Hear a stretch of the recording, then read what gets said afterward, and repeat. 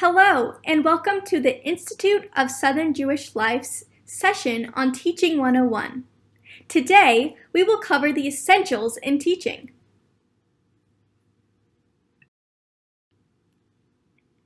If you are a professional teacher, this lesson will be a great review and refresher for yourself. If you are new to teaching or don't have any formal training, this lesson will cover lots of helpful information about classrooms and teaching.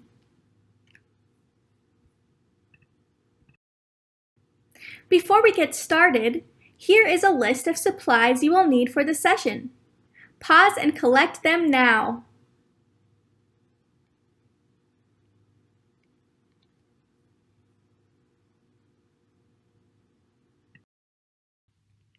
We will be approaching today's session as if we were going through the steps of a class. First, we will be focusing on building relationships with your students and facilitating the growing of their own relationships with their peers. Think of this like the socializing that happens when your students are coming into the classroom. Then, as your students enter the classroom, we will be talking about classroom setup, classroom decor, and the impacts that these elements can have on your students. In the same way that taking attendance, asking for tzedakah, or having a welcome song can be a ritual that your class does every week, we will go through classroom protocols that we like to call train conducting, that we can use as teachers to assist with learning. For our last topic, as you would then begin teaching your class, we will be speaking to how to boost participation and learning within your classroom. Let's get started. Our first topic today is how to build community and relationships between yourself and your class, and between the students themselves. This is the most important part of your classroom. When your students feel safe and comfortable, they will learn so much more, and fostering friendships between Jewish students is what makes them feel like they are part of your community. There are so many ways to foster relationships and community within your classroom. One of the things that we love to do at the ISJL is make a Brit Kahila, or a community contract, with input from everyone in the class. A Brit Kahila is like a list of classroom rules that you come up with collaboratively. And once it is finished, each student signs it, saying that they will adhere to the rules that were set out. By taking each student's voice and allowing them space to create their own rules, you give students a chance to create a space where they feel uniquely safe and comfortable. Another way that you can help create relationships with your students is to build time to socialize within your class time. This can be as structured or as freestyle as fits your class.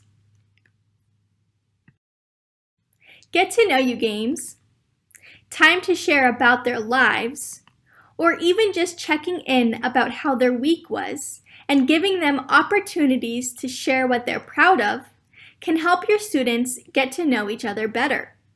Try partnering your students up in assigned ways so that they get a chance to get to know everyone in the class and not just their friends.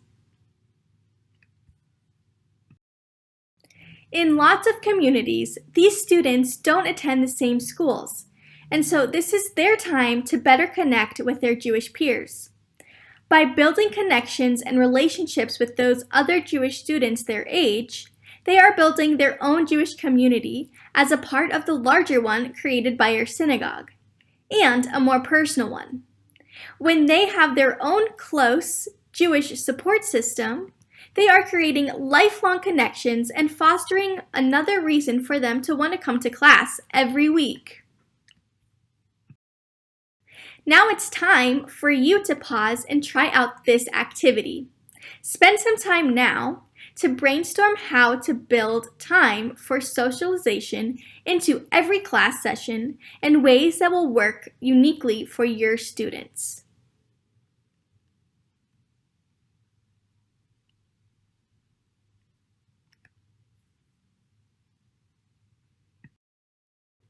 Welcome back! Let's move on to our next topic, classroom setup. The way you set up your classroom can have a huge impact on how prepared your students are to learn. Let's look at two pictures. First, look at picture A. How does this picture make you feel?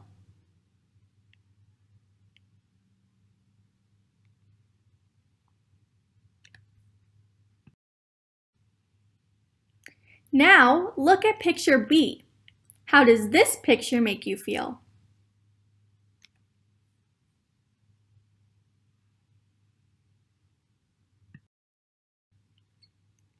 Picture A is crowded and disorganized, which can make us feel stressed, anxious, or hyperactive.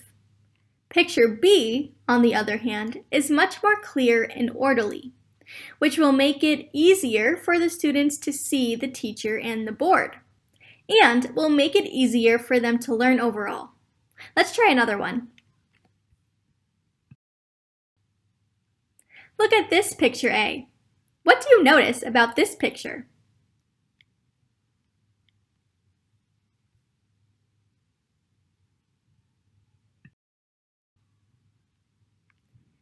Now look at this picture B. What do you notice about this picture?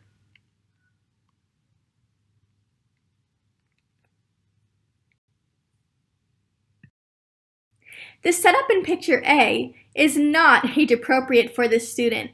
Because of the lack of play space and strange desk size, this student will not have room to move or have age-appropriate objects to use, which can make the student antsy, and the student is going to get uncomfortable in a desk that does not fit them. In picture B, the setup is intentionally age-appropriate, with age-appropriate desk sizes and colorful objects to play with. The students are able to sit comfortably and move around freely.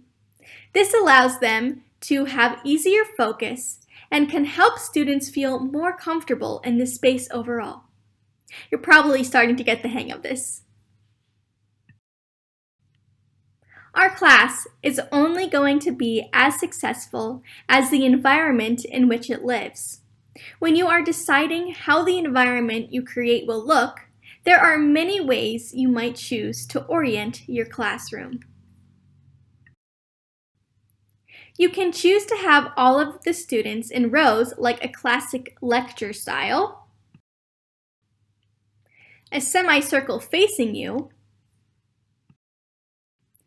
You might choose to have students at a round table with you, or you could create square pods around the room that you can float in between. Each of these orientations can be purposefully used for a different intention. Lecture style works well for formal instruction and individualized work. Semicircles can be great for class discussions and games students play on a screen. Roundtables are especially effective when crafts and large group table projects. And small pods work well for teamwork in smaller groups around the room, providing space to discuss and collaborate. Now, we are going to pause again for you to do another activity. On a sheet of paper, sketch out the shape of your classroom and how you would like to set it up based on what we have shown you here today. If it is easier for you to make a diagram using an online platform, such as Mural or Jamboard, go ahead and do so. If you need some inspiration for different setups for a classroom, here are some pictures to remind you of different styles of setup. First is classic lecture style, second, a round table, and third, a pod setup.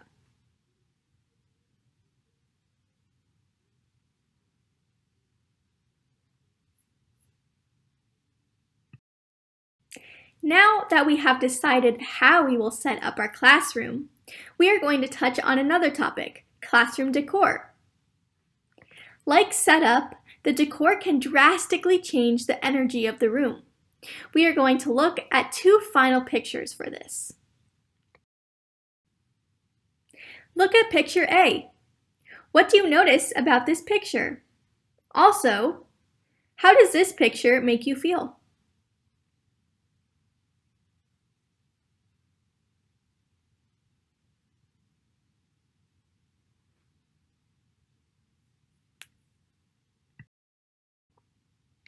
Now, look at picture B. What do you notice about this picture?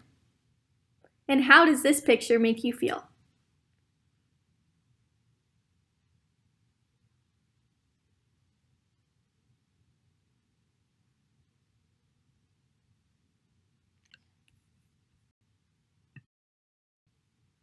In picture A, the space is sparsely decorated and muted. This can make us and our students feel unenergized, bored, and unmotivated.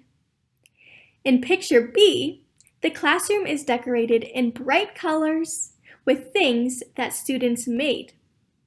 This can energize students and make them feel proud of the work that they have accomplished, motivating them to learn and do more. Here, you are going to pause once more. On that same sheet or document where you drew your classroom, you are now going to make a collage or inspiration board for how you are going to decorate. You can either use online images or cutouts from magazines, whichever method you were using before. Remember to keep in mind what we have talked about: bright colors, organized space, and the student's own handiwork displayed can make your classroom feel far more personalized and welcoming for your students. Before we dive into our next section, we are going to pause here for you to take a quick brain break. Much like your students, you need a break too. Pause the video, take a deep breath, stretch, or do some jumping jacks if that feels good for you. When you are ready, hit play again and we will jump right back into our lesson.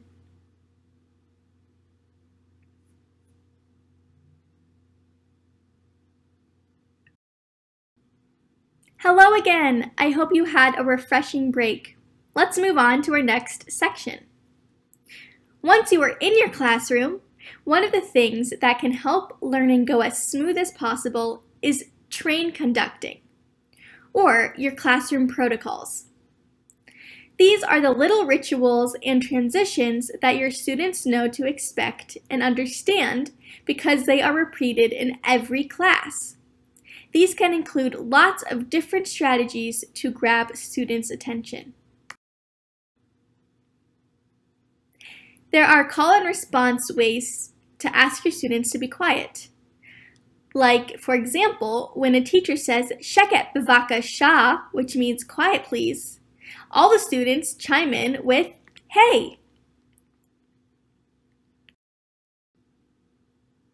It can be opening and closing rituals, like a question you ask them every day or a closing song that you sing all together.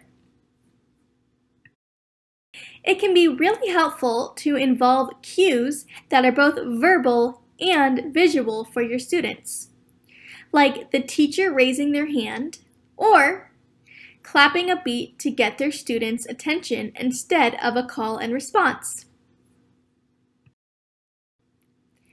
Classroom protocols like these can be used for much more than getting students' attention or for them to quiet down. Adding breaks into your day that your students know come at a specific time every class can help them to focus both before and after. Also, having a class agenda on the board with times can help students stay ready to learn as they have a better idea of what that class time is going to look like every day when they come in. Countdown timers can also be very effective. Using a countdown timer allows students to manage their time themselves for different activities.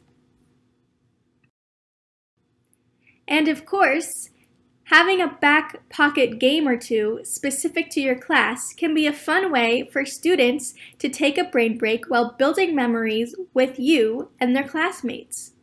A couple examples are Heads Up 7-Up or 20 questions. Asking the students how they are feeling in the same way every day is a great way to gauge how ready they are for class and to get a baseline for each student emotionally. Now it is time again for you to pause this video and do an activity. Here we have for you a study guide of different types and examples of classroom protocols.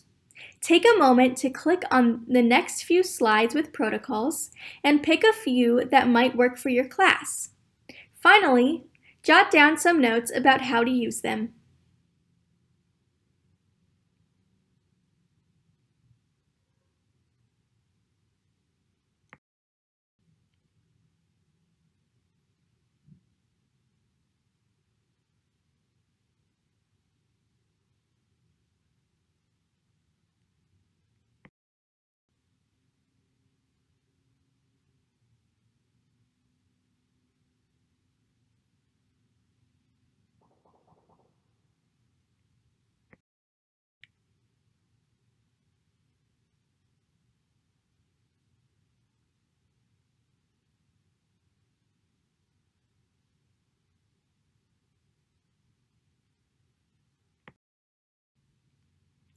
For our last topic today, we are going to talk about how to really make sure that your students get the most out of the material that you will be teaching.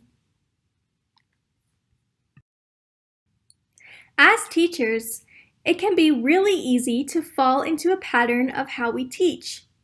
Sometimes we can't avoid reading out of a book or presenting off of a PowerPoint to our students. But it is important to make sure that you are teaching in as varied a way as possible, as not all of our students are going to be visual or auditory learners. Varied styles of teaching are important to use so that the lessons are accessible to all different types of learners. In short, we want to ensure that our students are engaged and excited to learn, like the student in this picture. For example, a basic lesson on the prophets might be taught by students reading aloud different portions of a textbook and then answering questions about what they read. While this might work for students who learn by reading or hearing information, it likely will not work for students who are not comfortable speaking in front of the class, students who learn by doing, and students who cannot process information by hearing it once. It also just wouldn't be a very fun class. One of the ways we can make sure more of our students are retaining what they learn is by just adding more doing into your class. In a class about the prophets, this could be by getting up and acting out different prophet stories, putting events from stories in a timeline order, or ripping up paper to create scenes from different stories. Another way to keep your students engaged is to divide up the class into stations, which keeps your students moving and keeps them focused for shorter periods of time. Studies show that students can only focus on the same activity for about as many minutes as years they are old. That means that a student that's 5 years old would have roughly 5 minutes of focus, which would look something like this. And a student that's 16 years old would have roughly 16 minutes of focus, which would look something like this. By adding stations, You can keep students switching activities in these time increments, ensuring that they stay focused. For our profits lesson, this could look like one station where they read the story, one where they draw a scene from it or color in an image, one where they make a craft about the story, and one where they play a game like freeze dance or a race where they answer questions about the story. This also helps to incorporate lots of different learning styles into our lessons. Even if you don't use these specific examples above, having students participate in different ways can help with engagement inside the classroom. Some of our students don't like to answer questions or ask in front of the class. So having your students engage in your lessons in different ways could look like working in groups, writing down their questions, voting on answers by raising their hands, by post-it notes, or by moving to different sides of the classroom. Another way to boost participation in learning is by getting into teams and adding a little competitiveness. Using these techniques can ensure that you are reaching all of your students and playing to all of their strengths in your classroom. Now it is time to pause for our last activity of the day. Wow, how time flies, huh? Here, we have a link to a learning styles quiz. As teachers, it can be easy to default into teaching from our own preferred learning styles. So, for this activity, you are going to take the quiz and then brainstorm some activities that you would use to teach the Passover story for your other two non-preferred learning styles. For instance, if your quiz result says you are a visual learner, then you will create Passover activities for auditory learners and for kinesthetic learners. To access the quiz, click on the link shown on the slide, or on Google, search for What's Your Learning Style 20 Questions and use the quiz from educationplanner.org. Happy quizzing!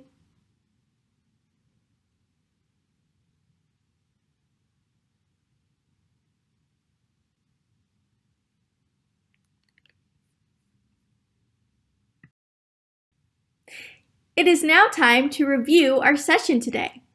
We covered so many different facets of classroom life, starting with building community and relationships, then classroom setup and classroom decor, followed up by train conducting, or our classroom protocols, and finally, how to boost participation and learning among our students.